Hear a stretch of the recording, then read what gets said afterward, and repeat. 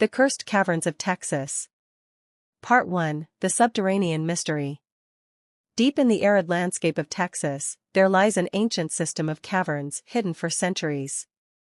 Locals know them as the Cursed Caverns, a name feared by many, passed down through generations. Stories of disappearances and unexplainable events are whispered, yet few have survived to tell what truly happens in the depths. In 1998, a group of explorers ventured into the caverns seeking answers.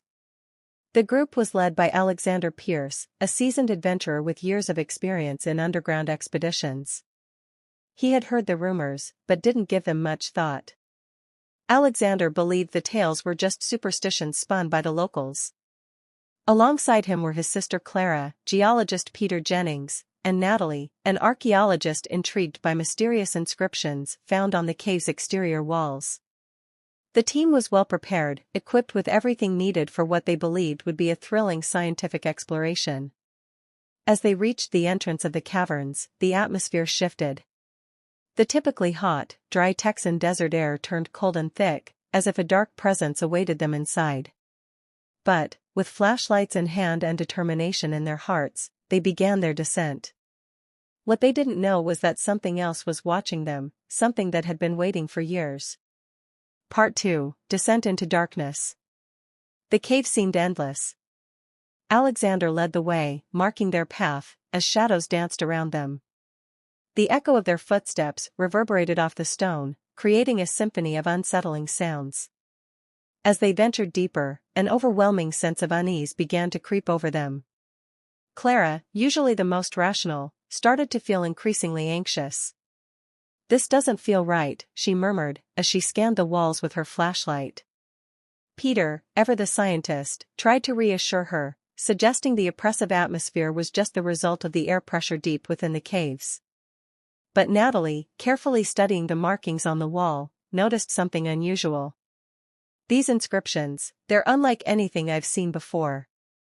They're too old and strange," she said, her voice tinged with nervousness. What had begun as a thrilling scientific adventure was slowly transforming into something far more sinister. Suddenly, a loud noise echoed from the depths of the cave, freezing the group in place.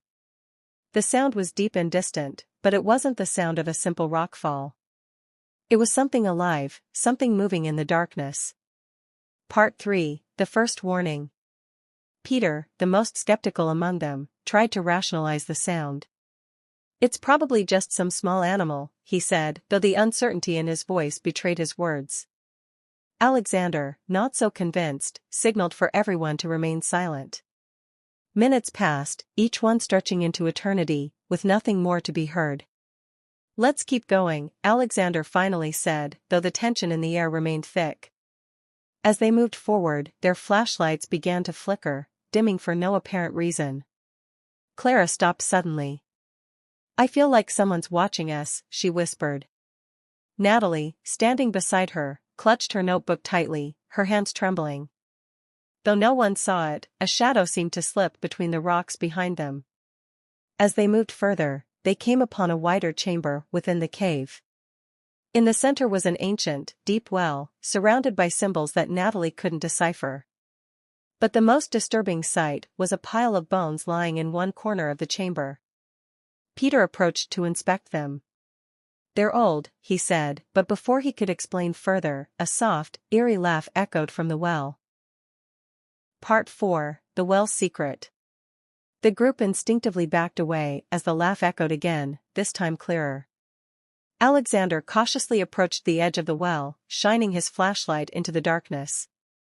But what he saw made his blood run cold. The well seemed to have no bottom. It was an abyss, swallowing the light. "What is this?" he muttered, stepping back slowly. Natalie, though terrified, couldn't take her eyes off the symbols surrounding the well. Something about those ancient drawings felt familiar, but she couldn't remember where from. "These symbols, they aren't warnings," she muttered more to herself than to the group. "They're an invitation." Suddenly, a cold wind blew up from the well, causing the group to stumble back. The air was filled with the stench of decay, as if something ancient and malevolent had awoken from deep within the earth. Peter, ever the skeptic, tried to calm the group's nerves. It must be an air current from another tunnel, he said, though his voice was shaky. Yet, none of them were willing to investigate the well any further. Part 5, The Impossible Escape. With panic rising, Alexander decided they had had enough. "We're leaving," he said firmly. The group began retracing their steps, heading back the way they had come, but something had changed. The tunnels were no longer the same. The walls seemed to shift, as though they were alive. Paths that once seemed clear now branched off in impossible directions. The cave itself appeared to be playing with them. "This can't be happening," Clara whispered, as they struggled to find their way out. Suddenly, Alexander's flashlight went out completely, plunging them into total darkness. "No way," he exclaimed, banging it against the wall, to no avail. In that moment, the screams began. But they weren't their own, they came from something else. Voices from the depths of the cave, whispering in an ancient, incomprehensible language. The shadows that had once lingered at the edges now moved openly around them.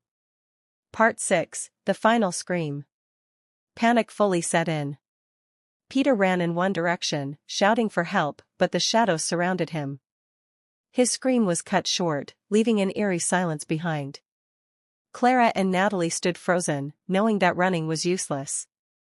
Alexander, on the other hand, kept trying to find a way out, but every path he took only led him deeper into the labyrinth.